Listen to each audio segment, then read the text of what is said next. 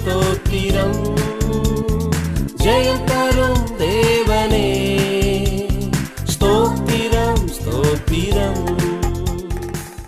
கிறிஸ்துவுக்குள் மிகவும் பிரியமான என் அன்பு வாலிப சகோதர சகோதரிகளே, உங்கள் யாவருக்கும் ஆண்டவரும் இரட்சகருமான இயேசு கிறிஸ்துவின் இனிய நல்ல நாமத்தில் என் அன்பின் வாழ்த்துக்களை தெரியப்படுத்துகிறேன்.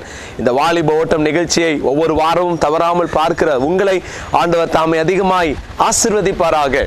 இந்த நாளிலும் கூட கர்த்தருடைய வார்த்தையாக 2 கொரிந்தியர் 5ஆம் அதிகாரத்தின் 4வது வசனத்தை நான் வாசிக்கிறேன். 2 கொரிந்தியர் 5ஆம் அதிகாரத்தின் 4வது வசனத்தினுடைய முதல் பகுதியை நான் வாசிக்கிறேன். இந்த கூடாரத்தில் இருக்கிற நாம் பாரம் சுமந்து தவிக்கிறோம். அப்போஸ்தலனாகிய பவுல் சொல்லுகிறார், நாம் பாரம் சுமந்து தவிக்கின்றோம். பலவிதமான பாரங்களை சுமந்து இன்னைக்கு நிறைய வாலிபர்கள் இளம் வாலிப வயசுல, இன்னும் வாலிப வயசுல நல்ல சந்தோஷமா இருக்க வேண்டிய காலங்கள்ல, நிம்மதியா இருக்க வேண்டிய நாட்கள்ல, அதிகமாக ஆண்டவரை மகிமைப்படுத்தி நல்ல சந்தோஷமா சுற்றி தெரிய வேண்டிய காலங்கள்ல பாரம் சுமந்து தேவையில்லாத பாரங்களை தலையில தூக்கி வச்சுக்கிட்டு பல கவலைகளோட வாழ்றது உண்டு. எனக்கு அருமையான ஆண்டவருடைய பிள்ளைகளே, சிலருக்கு எதிர்காலத்தை குறித்த பயம் பாரமா மாறிடும். சிலருக்கு படிப்பை குறித்த பயம் பாரமா மாறிடும். சிலருக்கு தேவையில்லாத பாரங்களை தூக்கி தலையில வச்சுட்டு அப்படி ஆயிடுச்சுன்னா என்ன செய்ய, இப்படி ஆயிடுச்சுன்னா என்ன செய்யன்னு சொல்லி நிறைய பாரங்களை தூக்கி தலையில வச்சுட்டு வாலிப வயசுல இருக்க வேண்டிய சந்தோஷத்தை, நம்ம வாழ வேண்டிய நல்ல வாழ்க்கையை இழந்திருக்கிற நிறைய வாலிபர்கள் உண்டு. பிரியமான வாலிபர்களே, இன்றைக்கு ஒருவேளை இந்த நிகழ்ச்சியை பார்க்குற உங்கள் வாழ்க்கையில் நீங்கள் பாரத்தோடு கூட பலவிதமான தேவையில்லாத பாரத்தை உங்கள் மேலே சுமந்துக்கிட்டு இன்றைக்கி இந்த நிகழ்ச்சியை பார்க்கலாம். சோர்ந்து போகாதீங்க. இன்னைக்கு நம்முடைய வாழ்க்கையில் கர்த்தர் ஒரு விடுதலையே கொடுக்க விரும்புகிறார். நீங்கள் பாரத்தோடு இருக்க வேண்டியது தேவ சித்தம் இல்லை. நீங்கள் பாரத்தோடு வாழணும் என்பது ஆண்டவருடைய நோக்கம் இல்லை. நீ சந்தோஷமாக இருக்க வேண்டும். கட்டப்பட்ட நிலைமையில் அப்போஸ்தலனாகிய பவுல் சொல்லுகிறார், சிறைச்சாலையில் இருந்து அப்போஸ்தலனாகிய பவுல் சொல்லுகிறார், கட்டுண்டவன் அந்த பவுல் சொல்லுகிறார், கர்த்தருக்குள் சந்தோஷமாய் இருங்கள். பிலிப்பியர் 4ஆம் அதிகாரம் 4ஆம் வசனத்தில் வாசிக்கிறோம், சந்தோஷமாய் இருங்கள். உங்கள் வாழ்க்கையில் இருக்கிற பாரத்திற்கு என்ன காரணம்? இன்னைக்கு ஒரு 3 விதமான பாரங்களை உங்கள் மத்தியில் நான் சொல்ல விரும்புகிறேன். பாரத்திற்கு முதல் காரணம் என்ன? ஒரு வாலிபன் அல்லது யாரோ ஒரு நபர் பாரப்படுவதற்கு, அவங்க பாரம் வந்துருச்சுன்னா பாருங்க நைட்டில் தூங்க முடியாது. பாரம் வந்துருச்சுன்னா ஒழுங்காக நிம்மதியாக இருக்க முடியாது. பாரம் அவங்க மனசில் வந்துருச்சுன்னா அதுக்கப்புறம் அவங்களால சந்தோஷமாக இருக்க முடியாது. இந்த எல்லாத்துக்கும் காரணம் என்ன? அதை நாம் தெரிந்து கொள்ள கட்டாயம் கடமைப்பட்டு இருக்கிறோம். முதல் காரியம் என்ன? வேதத்திலிருந்து நான் ஒரு வசனத்தை வாசிக்கிறேன். சங்கீதங்களின் புஸ்தகத்திலே 38ஆம் சங்கீதம் 4வது வசனத்தை வாசிக்கிறேன். 38ஆம் சங்கீதத்தின் 4வது வசனம், என் அக்கிரமங்கள் என் தலைக்கு மேலாக பெருகிற்று, அவைகள் பார சுமையை போல என்னால் தாங்கக்கூடாத பாரமாயிற்று. முதல் பாரம் என்னுடைய அக்கிரமங்களினால் வந்த பாரம். என்னுடைய பாவம் எனக்கு பாரமாக மாறுது.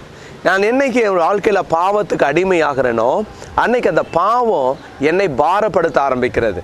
பிரியமான வாலிபர்களே, அன்பு சகோதர சகோதரிகளே, இன்னைக்கு நிறைய நேரங்களில் பாரங்களை சுமக்கிறவங்க இன்னைக்கு பார்த்தீங்கன்னா முதல் ரீசனே அவங்களுடைய வாழ்க்கையில் இருக்கிற பாவங்கள். பாவம் பெருக பெருக பெருக ஒரு மனுஷனுடைய வாழ்க்கையில் பாரம் அதிகமாகிடும்.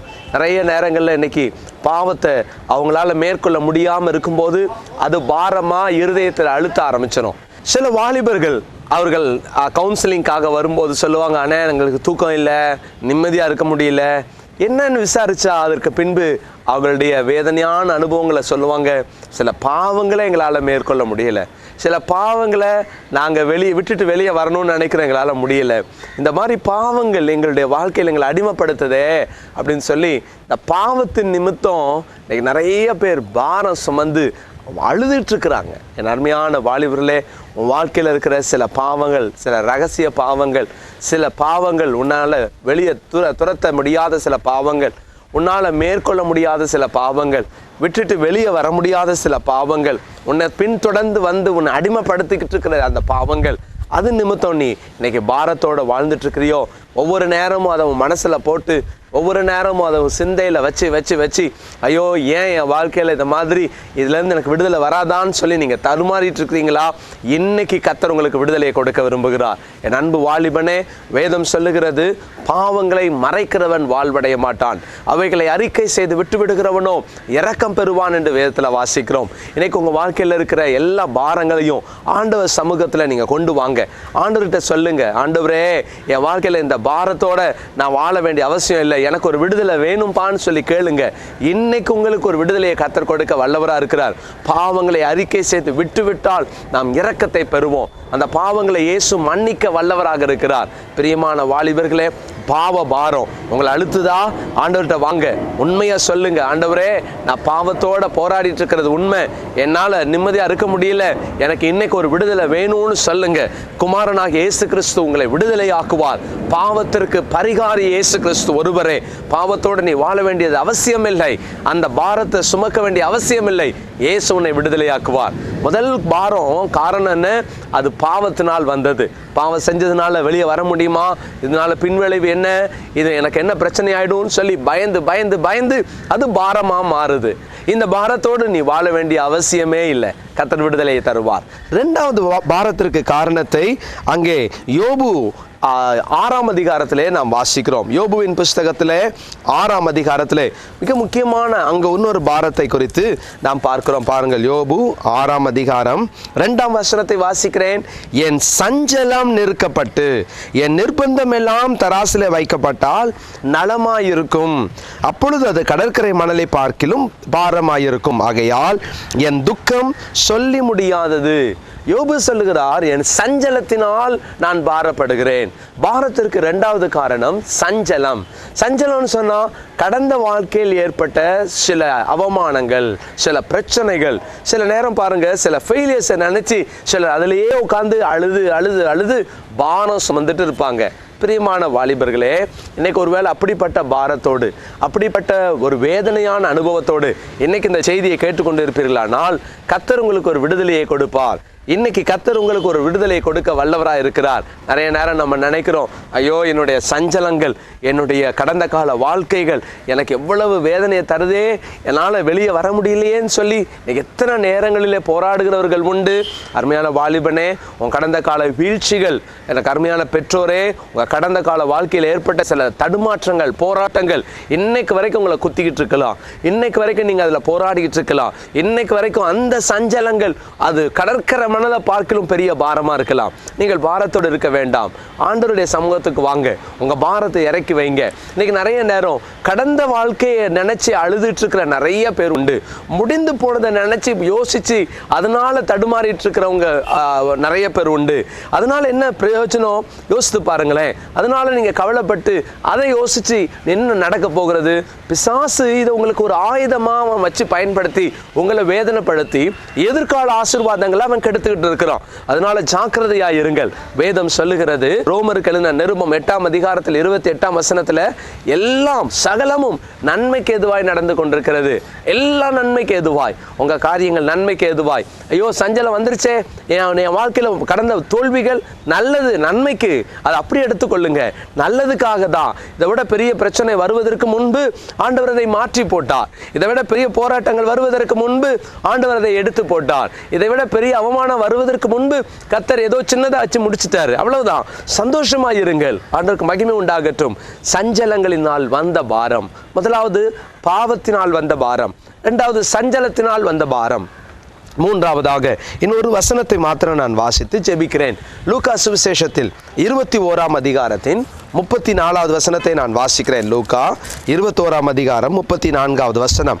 உங்கள் இருதயங்கள் பெருந்திண்டினாலும் வெறியினாலும் லௌகீக கவலைகளினாலும் பாரமடையாதபடிக்கு. லௌகீக கவலையினால் பாரமடையாதபடிக்கு. ஏன் நம்ம கவலைப்படக்கூடாது, பாரம் அடையக்கூடாதுன்னு இங்கே ஆண்டவர் சொல்லுகிறார். நீங்கள் நினையாத நேரத்தில் அந்த நாள் உங்கள் மேல் வராதபடிக்கும் எச்சரிக்கையாயிருங்கள். பாருங்களேன், பாரம் வருவதற்கு மூணாவது காரணம் லௌகீக கவலைகள். ஐயோ அவங்களுக்கு அப்படி இருக்குதே, எனக்கு மட்டும் இது இல்லை, அவங்க அப்படி உயர்ந்துட்டாங்க, என்னால் உயர முடியல, அவங்க எங்கேயோ போயிட்டாங்க, சம்பாதிச்சிட்டாங்க, பணக்காரர் ஆயிட்டாங்க, என்னால் முடியல. பாருங்க, லௌகீக காரியம். தேவனுடைய பிள்ளைகளே, இயேசு கிறிஸ்துவனுடைய வருகை சமீபம். ஆண்டவராகிய இயேசு கிறிஸ்து சீக்கிரமாய் வரப்போகிறார். ஆண்டவராகிய இயேசு கிறிஸ்துவனுடைய வருகைக்கு ஆயத்தமாக வேண்டிய நம்மளை சாத்தான் லௌகீக கவலைகள்ல இன்னைக்கு பிடிச்சிட்டு இருக்கிறோம். ஐயோ எனக்கு மட்டும் என் வாழ்க்கை இப்படி அமையல, எனக்கு அப்படி இல்லை, எனக்கு இப்படி இல்லை. சாத்தான் இன்னைக்கு அப்படிப்பட்ட ஆயுதத்தை பயன்படுத்தி இன்னைக்கு உங்களை பாரமடைய செய்துட்டு இருக்கிறான். சோர்ந்து போகாதீங்க அருமையானவர்களே. இன்னைக்கு ஆண்டவர் உங்களுக்கு ஒரு விடுதலையை தருவார். இன்னைக்கு ஆண்டவர் உங்களுக்கு ஒரு விடுதலையை, நிம்மதியை கொடுக்க விரும்புகிறார். இன்னைக்கு உங்க பாரத்துக்கு காரணம் என்ன? தேவையில்லாத கவலைகளா, தேவையில்லாத பிரச்சனைகளா, தேவையில்லாத சோர்வுகளா, தேவையில்லாத உலக கவலைகளா? என்னால் முடியல, அவங்களுக்கு கிடைச்சிருச்சு, மற்றவங்களை பார்க்கவே பார்க்காதீங்க. உங்களுக்கு கர்த்தர் என்ன கொடுத்தாரோ அதுக்கு நன்றி சொல்லுங்க. உங்களுக்கு கர்த்தர் என்ன நன்மையை கொடுத்திருக்கிறாரோ அதுக்காக கர்த்தரை ஸ்தோத்திரம் பண்ணுங்க. ஆண்டவருக்கு மகிமை உண்டாகட்டும். சரி, இதை மாதிரி கவலைகளோடு இருக்கிறோம், பாரத்தோடு இருக்கிறோம், இதான் நம்ம முடிவா? இயேசு கிறிஸ்து என்ன சொல்லுகிறார்? மத்தேயு சுவிசேஷத்துல 11ஆம் அதிகாரத்துல 28ஆம் வசனத்தை வாசிக்கிறோம். வருத்தப்பட்டு பாரம் சுமக்கிறவர்களே, நீங்கள் எல்லாரும் என்னிடத்துல வாருங்கள். ஆண்டவரிடத்துல வந்தால் இந்த பாரத்தை அவர் மேல இறக்கி வச்சா அவர் இளைப்பாறுதல் தருவார். நான் உங்களுக்கு இளைப்பாறுதல் தருவேன். ஆண்டவர் நமக்கு இளைப்பாறுதல் கொடுக்கிறார், நமக்கு ஒரு சமாதானத்தை கொடுக்கிறார். பாரத்தை உங்க வாழ்க்கையில திணிச்சு நீங்க இளைப்பாறுதல் இல்லாம வாழணும்னு சொல்லி ஆண்டவர் ஒரு நாள் உங்களுக்கு அவர் அப்படி கொடுக்கிறவர் அல்ல. உங்களுக்கு இளைப்பாறுதல் கொடுக்கிற தேவன். இன்னைக்கு ஆண்டவர்கிட்ட கேட்போமா? ஆண்டவரே, இந்த வருகைக்கு ஆயத்தப்பட வேண்டிய நான் தேவையில்லாத பாரத்தை தூக்கி தலையில வச்சுட்டு நான் இப்படி ஓடிட்டு இருக்க கூடாது, எனக்கு ஒரு விடுதலை தாங்கன்னு கேளுங்க. கர்த்தர் சீக்கிரம் வருகிறார். ஆண்டவராகிய இயேசு கிறிஸ்துவை சந்திக்க ஆயத்தமாங்க. அவருடைய வருகைக்கு ஆயத்தப்படுகிற நாம் பாரத்தை தூக்கி ஆண்டவர் சமூகத்தில் இறக்கி வச்சுட்டு ஆண்டவருக்காக சந்தோஷமாய், விடுதலையாய், நிம்மதியாய் வாழ கற்றுக்கொள்வோம். கர்த்தர் உங்களை ஆசீர்வதிப்பார். ஜெபிக்கலாமா? நல்ல பிதாவே, இந்த நிகழ்ச்சியை பார்த்து கொண்டிருக்கிற ஒவ்வொரு சகோதரனுக்காகவும் சகோதரிக்காகவும் ஜெபிக்கிறேன். ஆண்டவரே, இவர்களுக்கு இருக்கிற பாரம் என்னவென்று உமக்கு தெரியும் அப்பா. நம்முடைய பிள்ளைகளுடைய பாரங்கள் இயேசுவின் நாமத்தினாலே ஆண்டவரே நீங்கி போகட்டும் என்று நாங்கள் ஜெபிக்கிறோம். பாரத்தோடு தடுமாறி கொண்டிருக்கிற நம்முடைய பிள்ளைகளுக்கு ஒரு நல்ல விடுதலையை தாரும்.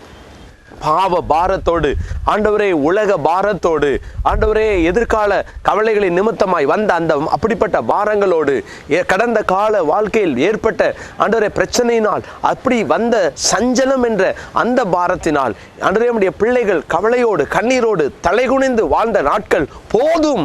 இன்று ஒரு விடுதலையை தாரும். இயேசுவின் நாமத்தினால் எல்லா பாரங்களையும் கர்த்தர் மேல் நாங்கள் இறக்கி வைக்கிறோம். எங்களை ஆதரிக்கிறவர் மேல் இறக்கி வைக்கிறோம். கர்த்தர் நம்முடைய பிள்ளைகளை விடுதலையாக்கும். கர்த்தர் நம்முடைய பிள்ளைகளுக்கு வேண்டிய ஆறுதலையும் விடுதலையும் இன்றைக்கு கட்டளையிடும்படியாய் ஜெபிக்கிறேன். பொறுப்பெடுத்துக் கொள்ளும் அப்பா. நம்முடைய பிள்ளைகளுக்கு வேண்டிய ஆசீர்வாதங்களை தந்தருளும். இயேசு கிறிஸ்துவின் நாமத்தினாலே ஜெபிக்கிறோம். ஜெயத்தை எடுத்துக்கொள்ளுகிறோம் எங்கள் நல்ல பிதாவே. ஆமேன், ஆமேன்.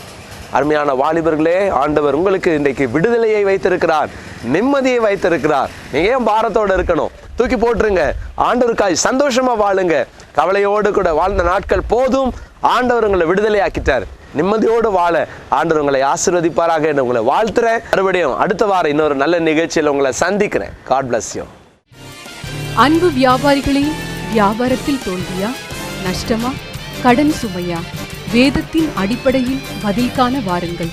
காலம் ஒவ்வொரு முதல் ஞாயிற்றுக்கிழமையும் மாலை 4 மணி முதல் 6 மணி வரை. இடம் ஜெப மையம், நம்பர் 9, சௌராஷ்டிரா நகர், முதல் தெரு, சூளைமேடு, நுங்கம்பாக்கம் ரயில் நிலையம் அருகில்.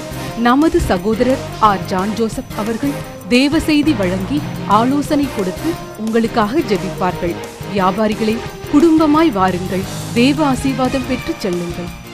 நீங்கள் தொடர்பு கொள்ள வேண்டிய எங்கள் விலாசம்: வெற்றியின் ஊழியங்கள், நம்பர் 97, லாமெக் தெரு, ஜானகி நகர், வலசரவாக்கம், சென்னை 87.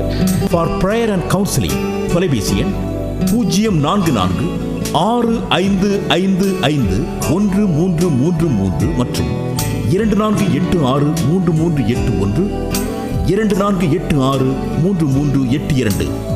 செல்போன் 9940 212194.